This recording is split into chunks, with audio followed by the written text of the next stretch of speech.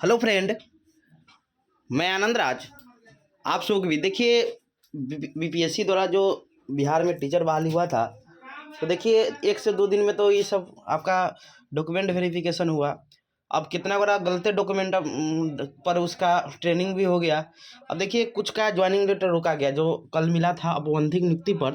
देखिए कैसे कैसे उनका ज्वाइनिंग किस किस कारण से रोका गया। तो देखिए आप देखिएगा, तो देखिए कुछ लोग हैं कि शिक्षक पात्रता उत्तीर्ण नहीं। देखिए वो चीज़ आपको हम बताते हैं कि बिहार में से बिहार के बाहर के जो भी कैंडिडेट आएंगे, यानी यूपी कोई भी बिहार के से अलग के जो भी राज्य के कैंडिडेट आएंगे, उनको 90 नंबर चाहिए सीटेट में।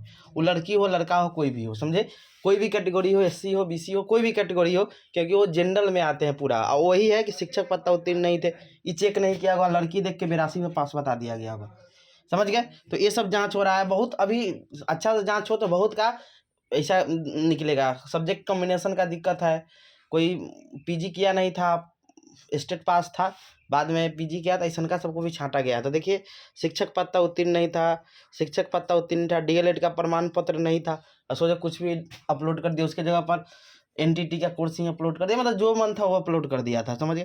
तो इस सबको क्या किया गया, रिजेक्ट किया गया ये सब आधार पर। फिर उसके बाद है शिक्षक पात्रता परीक्षा उत्तीर्णता, यानी सीटेट जो भी है, मेन यही हो गई, चेक होगा ना तो यूपी का अधिकांश लोग इसमें छटाएंगे।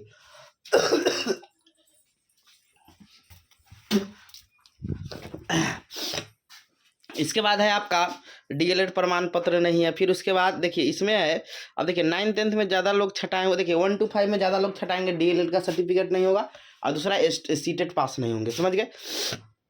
दूसरा जो है आपका वो छटाने का मेन कारण आपका है कि देखिए हिंदी से ये स्टेट उत्तीर्ण नहीं थे और हिंदी के टीचर बन गए थे, समझे। और स्नातक स्तर पर हिंदी का भी देखिएगा आप, 9th-10th का जो विज्ञापन आएगा उसमें कुछ अलग लिखा हुआ था कि 3 साल तक पठित होना चाहिए, समझे। अब देखिए नया जो आएगा उसमें क्या आएगा, पहले सब्सिडी पर भी होता था, इस बार सब्सिडी 2 ही साल पढ़ना होता है, समझे, कंपोजिशन हिंदी से नहीं होता है, तो उसका अब क्या आएगा। तीसरा उसके बाद विज्ञान वाला सब में छाटा है कि विज्ञप्ति के अनुसार विषय संयोजन यानी सब्जेक्ट कॉम्बिनेशन नहीं था। जैसे आप फिजिक्स आपका ऑनर्स है तो आप विज्ञान का नहीं बन सकते हैं, आप मैथ का बनिएगा, समझ गए।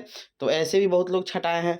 विज्ञप्ति के अनुसार विषय संयोजन नहीं था, विषय संयोजन मतलब सब्जेक्ट कॉम्बिनेशन यानी नोटिफिकेशन के अनुसार नहीं था, समझे। विज्ञान विषय का शिक्षक पात्रता उत्तीर्ण नहीं थे। गणित में 19 में हुआ था और बीएड किया 18-20 में, समझ गए, इसीलिए भी बहुत लोग छटाए हुए हैं। फिर संगीत से क्या थे, शिक्षक पात्रता उत्तीर्ण नहीं थे, बल्कि आर्ट एंड क्राफ्ट से उत्तीर्ण थे, वो संगीत में नहीं आएंगे। फिर है संगीत से स्नातकोत्तर संगीत स्तर पर संगीत की जगह कथक एवं नृत्य पठित किए थे, स्नातक स्तर पर गणित की जगह कथक एवं नृत्य पठित किए थे। कंप्यूटर में स्नातक नहीं था, समझे, कंप्यूटर स्नातक शिक्षा पात्रता के बाद उत्तीर्ण किए थे यानी पीजी।